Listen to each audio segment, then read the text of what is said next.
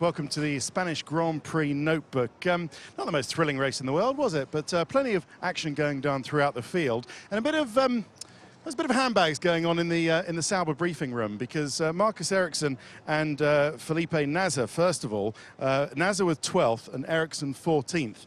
And I understand Ericsson feels a little bit miffed that he didn't actually manage to get past or be given the place past, allowed to execute his strategy past Nasr. We saw a little bit of it before the Brazilian pitted in front of him. It's a bit frustrated, Ericsson, we're seeing. But anyway, there was a slow stop also earlier on, which held the Saubers up. But yeah, haven't really developed at all, have Sauber, and have lost out heavily in the development race from their point scoring earlier on in the year. So Sauber, one of the big losers in the development race once we get to Spain, as we kind of knew they would be.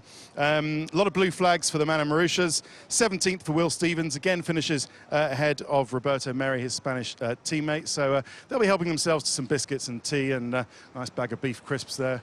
But it was a little bit of a frustrating race with a load of blue flags. A particular target for blue flag anger was Kimi Räikkönen, who several times said, "What the bleep are the Marushas doing?"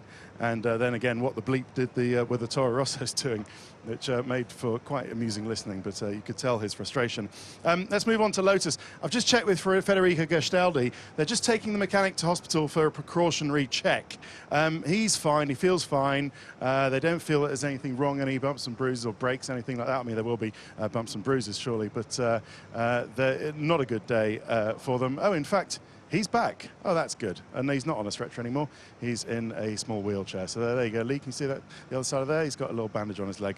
Let's not intrude too much on his embarrassment. But good to see the chap back and in action. But it was an issue with the fourth gear with Romain Grosjean. Sorry if you didn't hear, Romain Grosjean was 8th, so some good points for them. And Pastor Maldonado didn't finish, as you know, with the problem that he had with the rear wings as well. But blimey, they build strong rear wings at Enstone, don't they? It's quite surprising. But I'll just check with Jeff. Jeff, is he all right? Everything is okay? Yeah, he's okay, yeah. Just maybe a couple of days off, but we're getting back working quick. Good. All right, well done. Good to hear. So, yeah, that was unfortunate there. The fourth gear did come back to Romain Grosjean, as we understand it. That's why he was able to finish in 8th position. But anyway, that's frustrating for them. Now, Toro Rosso, you can see, have a look at Franz Tost up there. He looks like he's normally tearing strips off somebody or other. So he does look quite stern, doesn't he?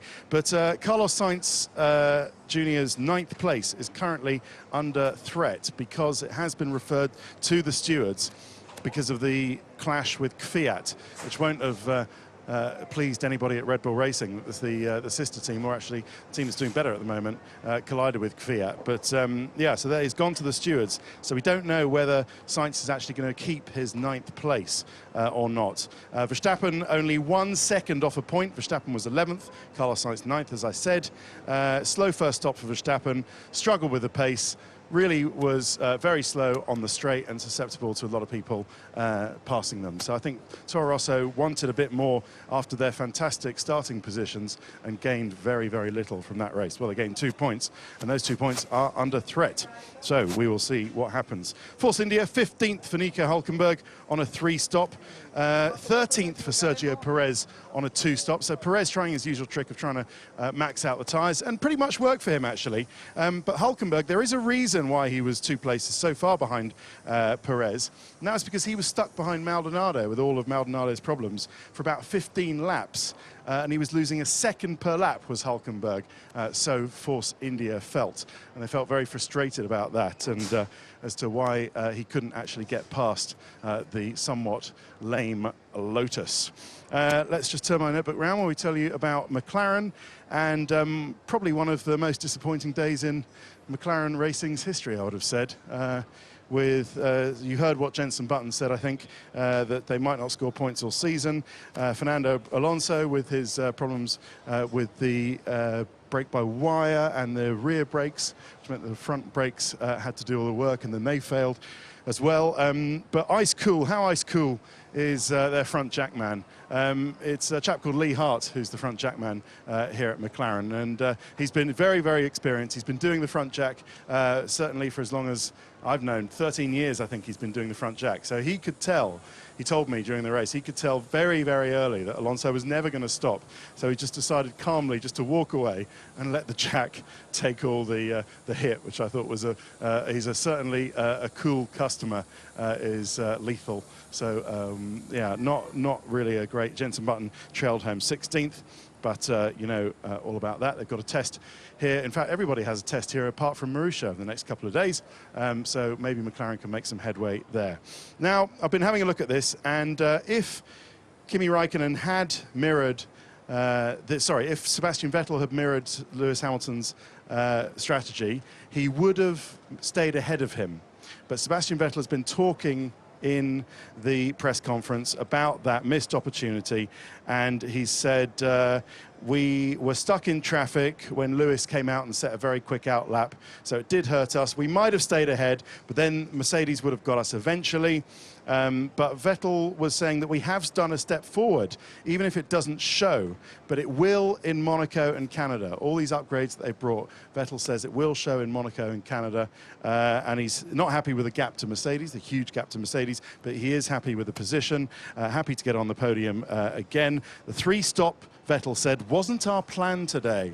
I thought that was interesting, whether that exposed somewhat of a lack of flexibility in their strategy, but we talked all about that, I guess. And the first stop, he said, was an invitation to overtake Lewis Hamilton, which indeed it was. After a problem that Mercedes had on the left-right, they would have really got them eventually, which Mercedes did, of course. Anything else to tell you about Mercedes? No, about Ferrari, not particularly. Kimi Räikkönen 5th and missing out by just the 0.7 seconds of Valtteri Bottas. So there is a little bit of frustration. Spoke to Dave Greenwood, you might have heard that interview already, Kimi's engineer, and he was saying that felt that really they should have been able to get the Williams at the end. So they were a little bit disappointed at that. But then, you know, it's qualifying, isn't it, for Kimi Räikkönen, make his Sundays so much easier. Let's talk about Ricciardo. There's at Red Bull, there's 7th for Daniel Ricciardo and 10th for Danny Kvyat. Kvyat compromised, obviously, by that clash with the Toro Rosso at the end. A lonely race for Daniel Ricciardo. His lap times were okay, just about, more or less. But Kvyat ended up lapped and lost time. But all the best to Christian Horner, who ties the knot with you-know-who this week, sometime later this week, I think. So he has certainly got a busy week ahead. And that just leaves us with Mercedes, I believe. We've done Williams. No, we haven't done Williams. I always miss out Williams. What's wrong with me? Valtteri Bottas 4th on a 2-stop. Felipe Massa 6th on a 3-stop. Good driving, so Rob Smedley said, for Valtteri Bottas. They were always going to do a 3-stop with Bottas, but then realised quite early on that they could actually just shadow keep an eye on what Kimi was doing and shadow him and see whether they could actually make it on a 2, which indeed they did. So great driving for him. Williams believe Monaco is going to be better for them. And Massa's doing the first day of their test. And then Alex Lynn, who won the GP2 race today, is doing the second day of the Williams test. So that's interesting. So good old Alex Lynn, last year's GP3 champion and rising British motorsport star, is going to get a day of his own in the Williams. So that's Williams done. And finally, Ferrari. See you, mate. Yeah, talking rubbish as usual, Marky. Brazil, first win since Brazil for Nico Rosberg. So he is back, I think. Let's see what he can do in Monaco. But Lewis Hamilton looked slightly annoyed in the press conference. Lewis Hamilton 2nd on the 3-stop. A bad start for Lewis Hamilton, a mistake in the pit stop. It all adds up, which was a gift for Ferrari. Wheel spin off the start. We did ask him, actually, whether he was tempted to stay out on that final set of hard tyres. It would have had to do 33 laps, that final set of hard tyres. Which is borderline, but it might have happened. It could have been doing some good defending from Rosberg at the end, but Lewis kind of gave an interesting answer. He said it wouldn't have been good to stay out on those tyres. Now, I don't know whether he meant it wouldn't have been good for the pace of the car or wouldn't have been good to deny team orders who wanted me to come in and pit against. and that would have created an unnecessarily mess with Nico Rosberg. But anyway, we decided, Lewis said, on a 3-stop early on, and we had to carry it on. But just a few things to update you finally, Simon, about what Nico Rosberg was saying in the press conference. It was a perfect weekend. Everything came together, so I'm very happy. We didn't do anything, Rosberg said he didn't do anything different, really, from any other weekends. It's just that it all came together. So he must have been right when he was telling us when it was all going bad for him. He just couldn't get the weekend together. He said he wasn't worried about Lewis Hamilton in the final stint closing on him very quickly because he had a good enough gap, and it was a big step in the right direction for us. Nico Rosberg declaring that they won in the development race, that Mercedes won in the development race with the small developments that they knew were going to work over Ferrari, who brought everything at the car and then wasn't sure which bits worked and which bits didn't. Of course, Kimi Raikkonen not running all of the new bits, whereas Sebastian Vettel was.